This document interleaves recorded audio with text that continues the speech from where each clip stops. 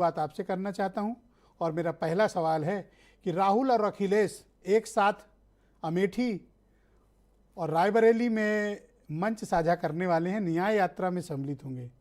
कोई परेशानी है आपको?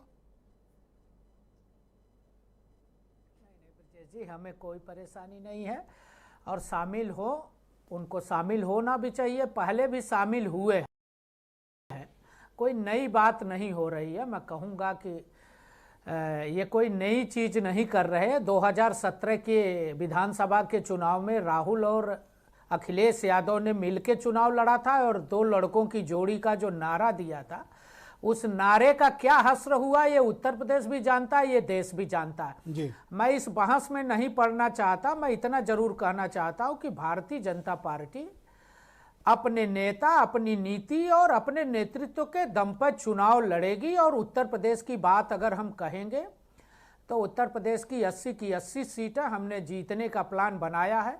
माननीय प्रदेश अध्यक्ष भूपेंद्र चौधरी जी और हमारे संगठन मंत्री माननीय धर्मपाल जी ने पिछले दिनों भी बैठक की थी। हम निरंतर बैठक करते रहते हैं और योजनाओं को लेकर जनता के बीच में जाते हैं।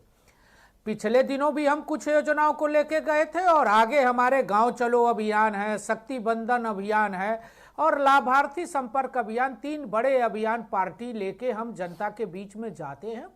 और जनता का जो फीडबैक है, जनता की जो सोच है, उसको लेके हम सरकार को भी फीडबैक देते हैं और उस फीडबैक के साथ बड़ी चर्चा है मीडिया में और पिछले एक हफ्ते से मैं लगातार खबरें देख रहा हूं। कोई कह रहा है 30% मौजूदा सांसदों का आप टिकट काट रही है आपकी पार्टी, कोई 40% क्लेम कर रहा है। आज तो खान साहब शाम को हमें बता रहे थे कि 50% काट देंगे। तो दूसरों को इतनी जानकारी है, आप ही बता दो कितना काट रहे हो। नहीं ब्रजेश जी, अब बहुत लोगों को बहुत जानकारी है। हम तो इतना जानते हैं कि भारतीय जनता पार्टी का प्रत्येक मुख्यमंत्री और प्रधानमंत्री से लेके बूथ का कार्यकर्ता तक कार्यकर्ता है, जिसको जो भूमिका दी जाती है, चुनाव लड़ने की भूमिका है चुनाव लड़ेंगे, संगठन का काम करने की भूमिका है संगठन का काम करेंगे। लेकिन किसका टिकट कटेगा और किसको मिलेगा, एमएच खान साहब को और अखिलेश यादव जी को ज्यादा जानकारी। हाँ, अपने तो पार्टी के टिकट तय नहीं है, इन्हें पता है और आपको नहीं पता।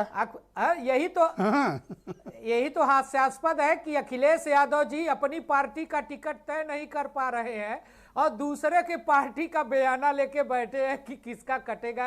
ये बहुत ही हास्यास्पद बयान है ब्रजेश जी।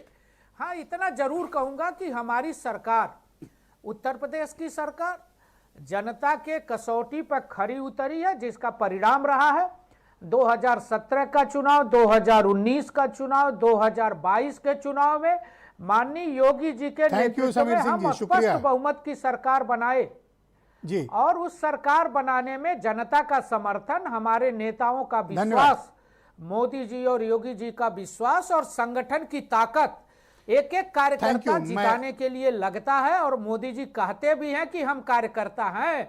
इस नाते मैं कह सकता हूं कि आगे भी 2024 का चुनाव हम बड़ी बहुमत से जीतेंगे, ये सत्य है।